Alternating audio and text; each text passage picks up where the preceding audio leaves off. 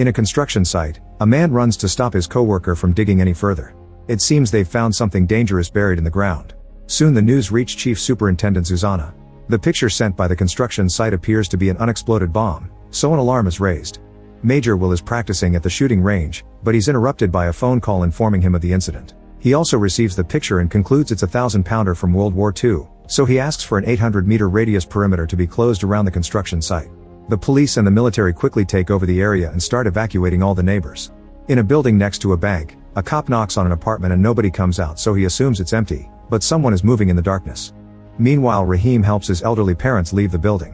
When Will arrives at the construction site, he watches the bomb from afar and orders his men to drain the liquid surrounding it. They must also build some protection around the foreman's cabin, which they'll use as their command post. Then Will shows his team a video of a bomb that they couldn't contain 2 years ago. The explosion blew up a good part of that town, so they need to be careful. A map of the building site shows many electricity cables, so they'll have to cut off power in the whole area. On the street, a civilian ignores the cops' warnings and runs past them to try to retrieve his laptop, and the cops have to chase him. Moments later, the police announce that the area has been successfully evacuated, unaware that in the dark apartment Corrales and his friends are hiding.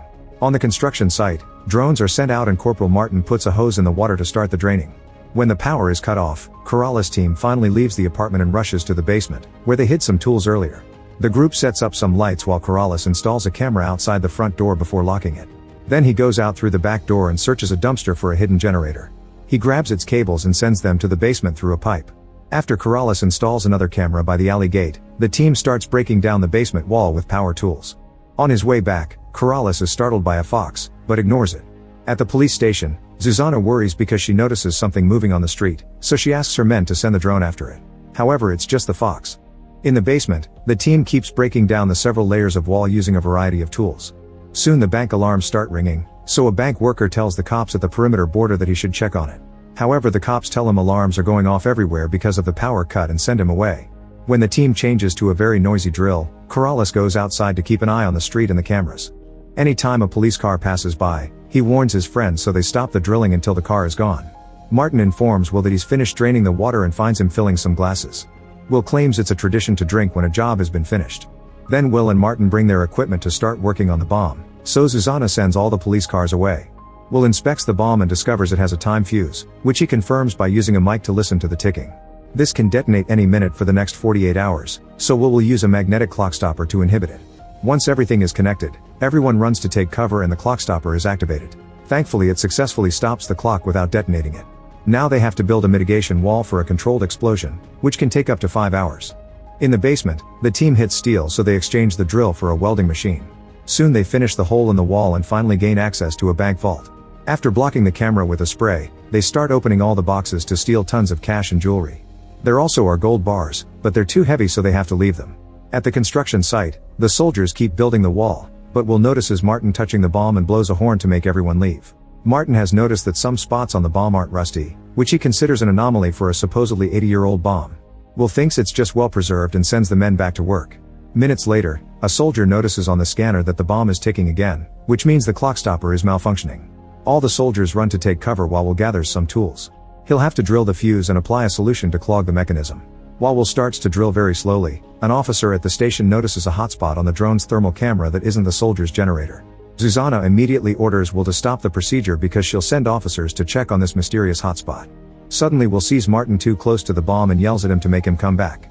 Martin has moved the clock stopper because if it malfunctioned then it's his responsibility. Will tells him it's not worth his life and sends him to hide with the others. In the vault, Corrales takes something special from a particular box, and X reminds him to put it in the trolley. Corrales is reluctant but does as he says. Then Corrales sees the cops coming and tells his friends to freeze. He also turns off the generator. A police car parks in front of the building and tries to get inside, but the door is locked. They decide to search around the area, so Corrales tells his men to keep working quietly. While Zuzana notices that the hotspot has disappeared, the cops see Corrales in the alley. He immediately starts running and tells his team to hurry up, so they start filling and sealing their boxes as fast as possible. Since the officers can't follow Corrales because the gate is locked, they get tools from their car to open it. At the construction site, Will says he has a bad feeling about this and tells everyone to cover their ears and put on their helmets. Suddenly the ticking stops and the bomb blows up, sending a horrifying shock wave through the area. The explosion brings down the drones but at least doesn't cross the perimeter, so the evacuated people are fine. The whole army group has survived, although Will and a soldier are hurt. The cops have collapsed in the alley and are requesting backup, so Zuzana sends out more men. Corrales reunites with his team and grabs a box because he wants to check on the special object he stole. The others remind him that the cops are around and they need to hurry, but Corrales still takes a moment to confirm the object is fine. Now the team can split to follow the plan. Corrales and Y go to the roof and reveal 2 drones. One of them isn't working, but Corrales manages to fix it quickly. They put the boxes in the drones' cages and send them out. Officers see them in the sky but believe they're the police drones. After a few minutes of flying, the drones land on another roof where the boxes are picked up by a woman. Meanwhile, X and Z go to the street, where they've put fake construction warnings around a manhole. As they climb down, the police see them on the security footage. Zuzana wonders if they were employees working underground and didn't hear the warnings. While Corrales and Y leave the building, an officer leaves his wounded partner in the alley and breaks down a door to get in. On the street, a police car arrives and sees Corrales and Y, who immediately start running. A chase ensues, so the guys enter a parking lot, where they run in circles around walls and columns to confuse the cops and slow them down. Eventually they escape through the back door and the vehicle needs a moment to catch up, which gives the duo time to reach the manhole and descend into the sewers.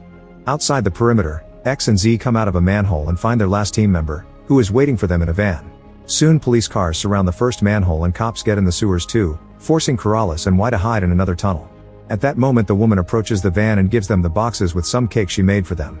X pays her before sending her away. Since the cops come out of the sewers first, the van has no choice but to leave.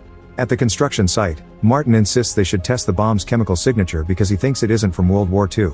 Will looks uncomfortable and points out that this isn't their job anymore, so he passes the theory to Zuzana to let the police forensic team investigate.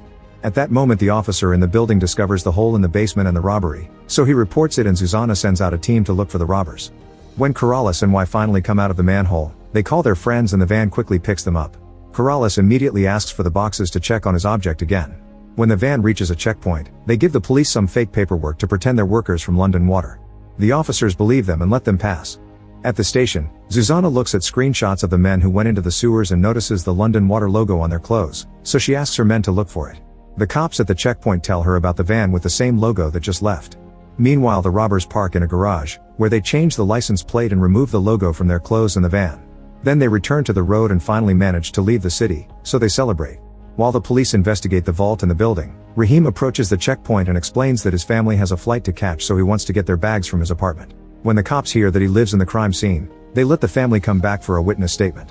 At the construction site, 2 superior officers arrive and demand to know why Will didn't report the anomaly, commenting on his history of insubordination. Will claims that his priority was to take care of the bomb and save the city. Then Will shares some drinks so his team can celebrate, although he pours his on the ground instead of drinking it. At the police station, Zuzana interrogates the family. Rahim explains that 2 men showed up at his door wearing blue overalls. They had papers from the landlord and asked for the keys to the basement cellar to put away some tools. His father didn't want to help them, but Rahim knows that as immigrants, whenever someone official-looking approaches them they have to cooperate to avoid trouble. Rahim gave the men the keys but he had no idea of their real intentions. Eventually the robbers reach a safe house in the countryside, where they take off their clothes to burn them together with the van. Forced to undress, Y and Z reveal they stole a few extra things for themselves, including gold. Then Corrales finally shows them the contents of the special object, uncut diamonds, which are worth 30 million. He also promises it'll be evenly split. Afterward Corrales goes outside to make a call. Suddenly 2 men burst into the room and tell the team to stand down. Z tries to confront them but he's quickly beaten up. One of the men opens fire and hits Y, so the driver tackles him. X takes the chance to run and the armed man goes after him while the other guy beats up the driver. The chase continues upstairs, where X avoids getting shot by escaping through the window. When he lands in the backyard, Ludo points a gun at him. The team is locked up in the garage and keeps cursing Corrales, who just ignores them.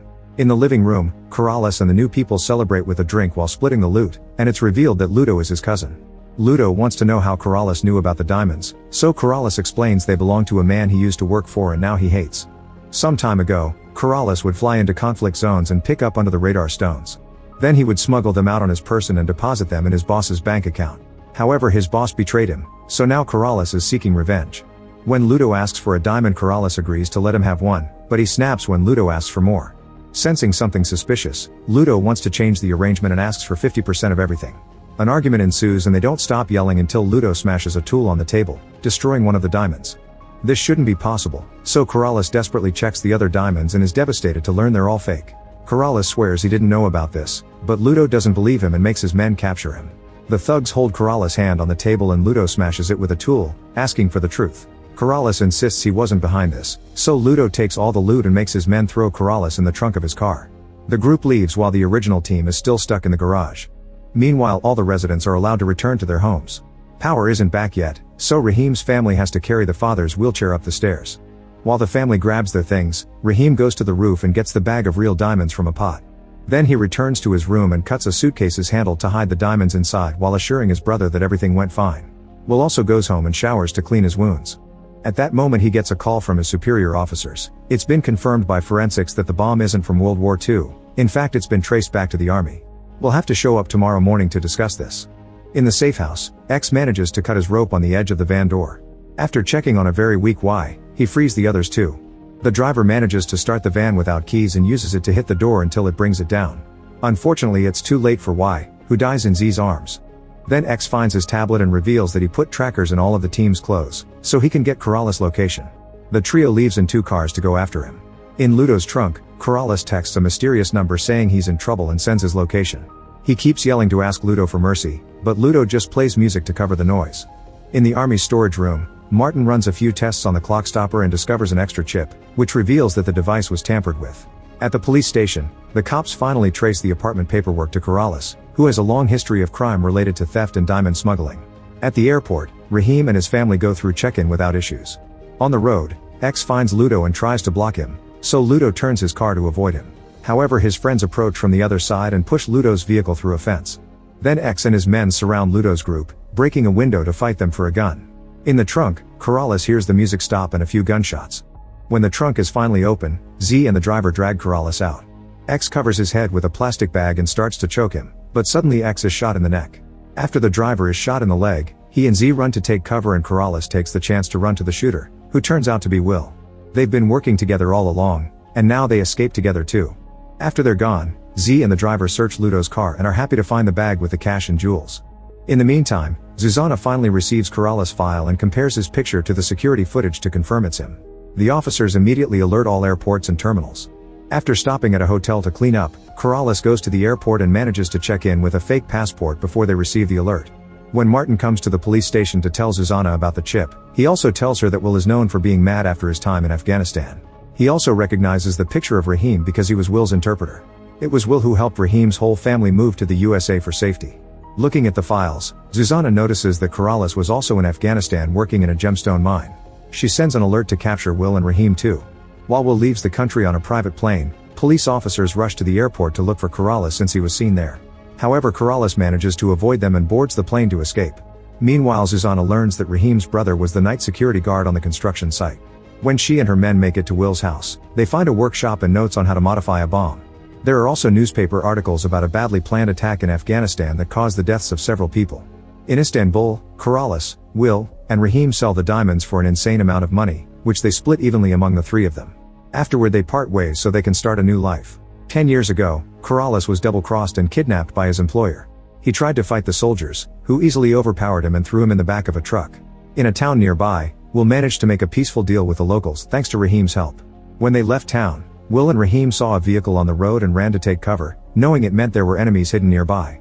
However, Will accidentally stepped on a pressure plate and the cables indicated that they were surrounded by explosives. At that moment, the trucks with Corrales' group showed up, and the hidden enemies opened fire to blow up one of them. While a gunfight began, Corrales ran to hide and found Will, so they made a deal to help each other. Will freed Corrales and sent him to find the box that controlled all the explosives. The enemies shot at him but Will provided cover. Corrales dug in the ground until he found a box with a grenade, so Will guided him on how to locate the right cables and cut them. This time both Rahim and Will provided cover since the enemies kept shooting in their direction. Once Corrales cut all the cables, Will was able to step away, and Rahim killed the last few enemies. The group only got to celebrate for a second before the grenade in the box was activated, but luckily they ran fast enough to avoid the explosion. In the present, Corrales uses the money to fulfill his childhood dream of buying a natural reserve in Africa that supposedly has diamonds. Rahim is building a multi-family compound and starting his own company, although he had to force his relatives to change their names. Will donates most of his money to a charity dedicated to clearing unexploded ordnance worldwide. Make sure to subscribe and turn on notifications so you can watch more videos like this. Thanks for watching.